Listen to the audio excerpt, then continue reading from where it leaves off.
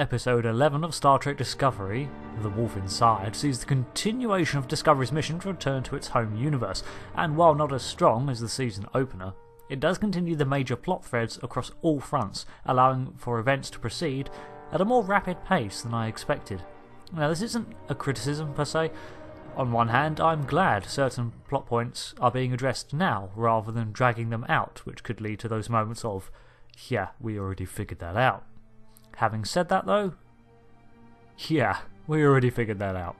Although there were several other twists that I didn't expect. Pinning Culper's death on a deranged Stamets removes suspicion from Tyler for a while and is believable, especially as we've seen Stamets lash out before in his spore-addled state. And the development we got to see on Burnham here is pretty decent too. The strains of a moral person trying to fit into the Terran Empire is tiring, especially when confronted by pale reflections of former friends. Routine disciplinary actions beaming people into space and the constant eye-over-your-shoulder approach soon make Burnham realise that the more you keep your head down and just do these things, the easier they become. I'm reminded of a quote, "All it takes for evil to triumph is for good to stand by and do nothing." A sentiment juxtaposed with Lorca's advice, "Sometimes the ends justify terrible means." So moral struggles are to be at the core of this episode, and it accomplishes this in a much better way than simply having the tardigrade maul an officer to raise a dilemma. We see the irony of Tyler being the grounding rod for Burnham's humanity, and vice versa. Nice touch on the switch Burnham pulls as well, dismissing Tyler before she reveals any weakness, even to Saru. Taking the communications call from the Discovery allows us for an update on her situation. She has the data but cannot decode it on the Shenzhou nor simply transmit it away without being detected. Saru elects not to tell Burnham of Culber's death, as it may distract her from the mission. But we can touch on the Stamets arc later on.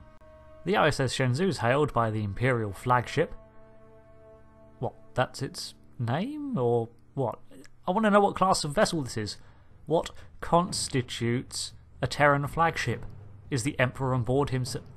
Is the Emperor on board herself? Anyway, the mission she's assigned is to neutralise the Rebel Alliance's leader, who uses the gamer tag Firewolf X Killer XX69. No, just Firewolf? Oh, okay then. More of Lorca's attitude of at any costs is shown, and I've got to admit I don't believe Burnham's rationalisation of Lorca's Terran-like behaviour. She devises a plan to beam down herself under the guise of obtaining information on the rebellion, but in reality she seeks to save them and learn how a Klingon learned to cooperate with another species.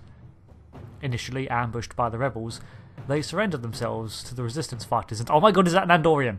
White hair? Check. Antennae? Check. Blue? Most definitely check. And behind him, is that a Tellerite?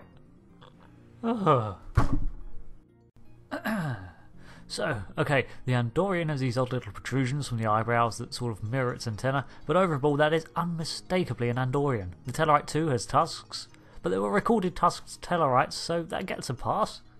He's a little tall, but so what, he's a tall Tellerite. Thank you, Discovery, for not doing a Klingon-style full redesign on these guys. Subtle changes are alright, because they still look like their species.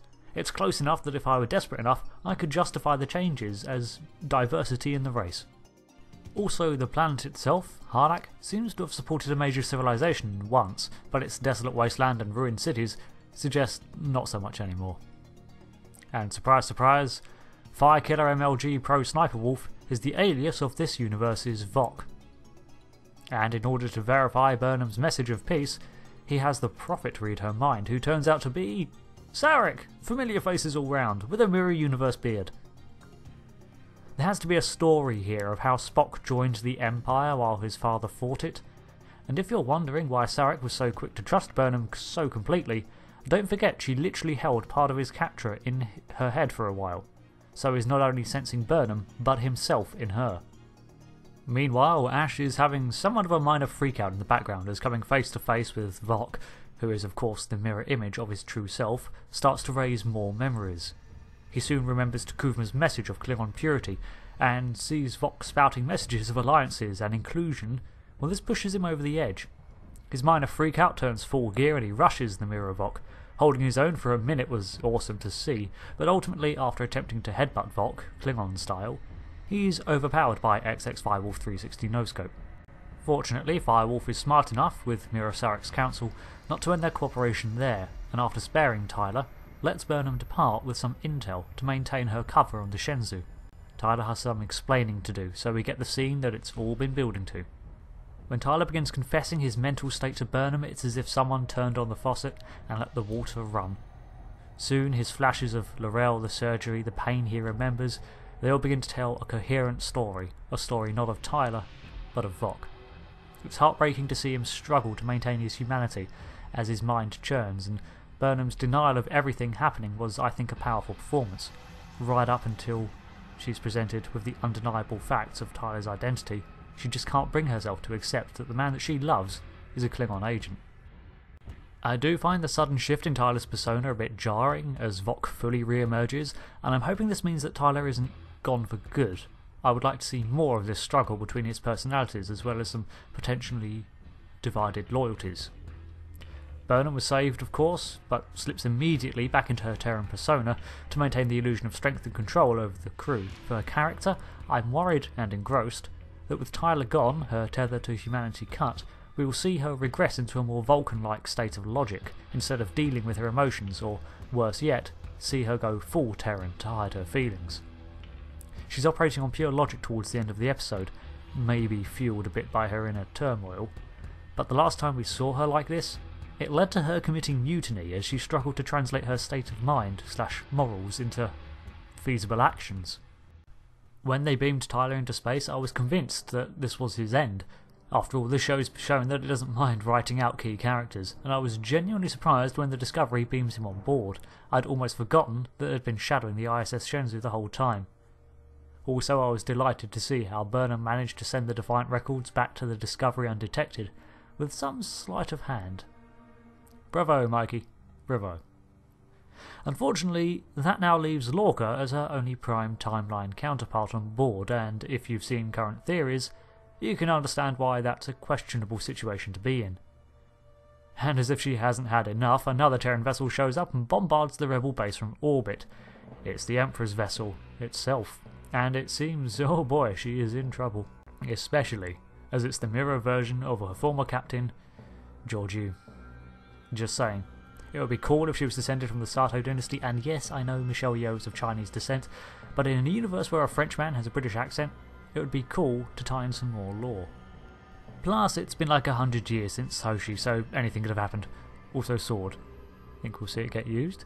Meanwhile, on the Stamets side of things, we see Tilly's newfound confidence as she pushes the case for treating Stamets with spore tech, and we learn that the build-up of white matter in the brain has also been linking him to other universes through the network, pretty much as theorised. The neurons that seem to have been firing into nothing were in fact crossing into alternate planes of existence where his mind now seems to reside. After he seemingly dies, however, he revives too. Perhaps this is due to the spore effect, or perhaps he revived himself. After all, at the quantum level, there is no difference between biology and physics. No difference at all. Also, he's not the first Stamets to make it into the forest. So where to go from here?